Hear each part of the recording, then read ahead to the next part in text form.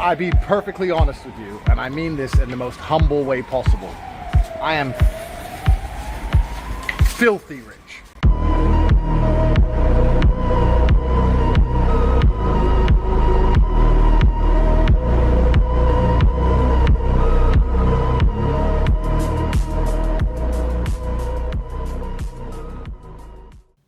Stoic, the man who is an unmoving pillar, shaken by nothing.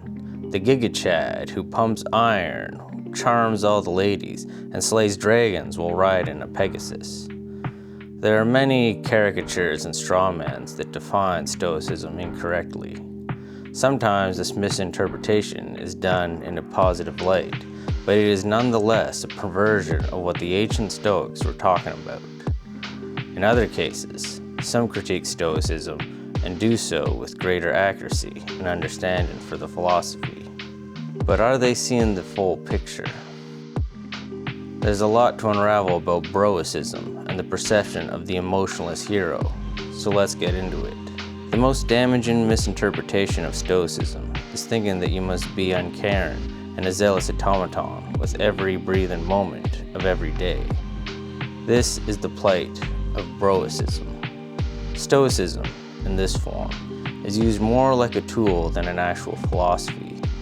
It is fair to say that a great deal of the philosophy is concerned with us having self-control and discipline, but it was never meant to be used in an overtly self-serving manner.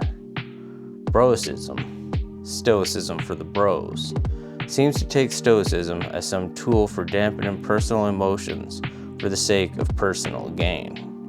Have no emotions so you don't cry like a pussy when you do the next set of push-ups.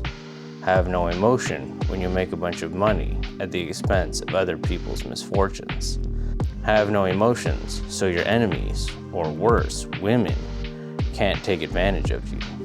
Use the Stoicism to get the six-pack and get the money so you can get the bitches. This is the funnel of Broicism. And although emotional control is an important aspect of Stoicism, it's important to note that it is but one aspect of one virtue, temperance. Another virtue which is equally important to a Stoic is justice. You know, the virtue of not being an all-around asshat. And although these bros demonstrate a great deal of temperance, or at the very least a version of it, they severely miss the point of the philosophy. Their six-packs and paper stacks are simply accumulated solely to get some pussy. Not to mention, temperance is also a virtue of self-control. So if the excessive discipline was all done in the name of desire and vanity, then the whole Broicism complex based on temperance falls flat even in regards to the one virtue it claims to hold in regard. There's nothing wrong with finding inspiration from meditations or discourses to better your life. But if this bettering of your life causes you to forfeit justice, being a good person, then you, my friend, have fallen out of the realm of Stoicism and are now in the sphere of Broicism. You can have dreams and aspirations, and you can set goals towards achieving them, but make sure that you do so with the mindset that being a good person is the final goal. But remember that the fundamental principle of Stoicism preaches being a good person, so make sure your goals are noble and bring value to others. The bros will neglect this and focus solely on personal gain. In doing so, they prove that they are practitioners of Broicism, a mindset with only a sliver of the philosophy's teachings, and therefore almost completely missing the point. Let's get into another critique or misinterpretation. Stoics aren't allowed to feel joy. This one is difficult to refute. The Stoics did make it their business to be in as much control over their emotions as possible. No excess grief, no excess fear, no excess anger. You do not let your emotions control you. You control your emotions. And although we can see the merit to discarding depression, rage, and anxiety, the Stoics are firm on doing the same with excess happiness. Your passions, as they would put it, should always be in check. This includes keeping joy in check. So it is fair to say that the Stoics were big on controlling your passion, including your passion of joy. But does this mean a complete dampening of all joy? The first point I'd like to point out is that many of the Stoics were family men. They had wives and children. Marcus Aurelius is said to have had 12 or more children. Seneca had a child.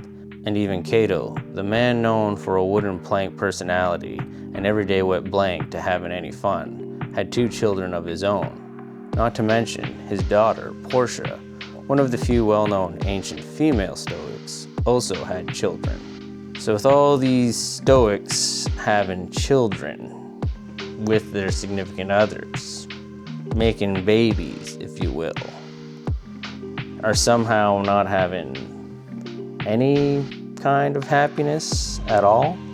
I doubt the Stoics were thinking of their 4 pillars of Stoicism in the middle of the baby making. Somehow I suspect they were concerning themselves with a completely different kind of pillar. To give a clearer picture of the Stoic understanding of control and our joy, let's use the example of the sore loser and sore winner. We all know the idea of the sore loser, the one who complains when he loses in a game. We see the merits to advising the loser to learn from the loss, embrace the heart of the game, and move on. This is something the Stoics would agree with, but the Stoics also see the other side of the coin. What about the sore winner? One who wins and gloats relentlessly, not just a joke, but genuinely indulges in his victory. This is the joy Stoics warned us about. We can of course be happy in our victory, but we shouldn't parade it around like some overly prized achievement. Much like being the humbled loser when we lose, we must also be the gracious winner when we win. The chess world may be the best example of this. In chess tournaments, it is conventional, or possibly even policy, that opponents shake hands before every game, and also shake hands after.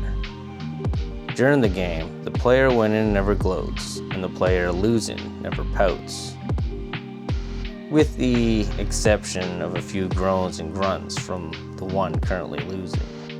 When the game's done, both players shake hands, no matter the outcome.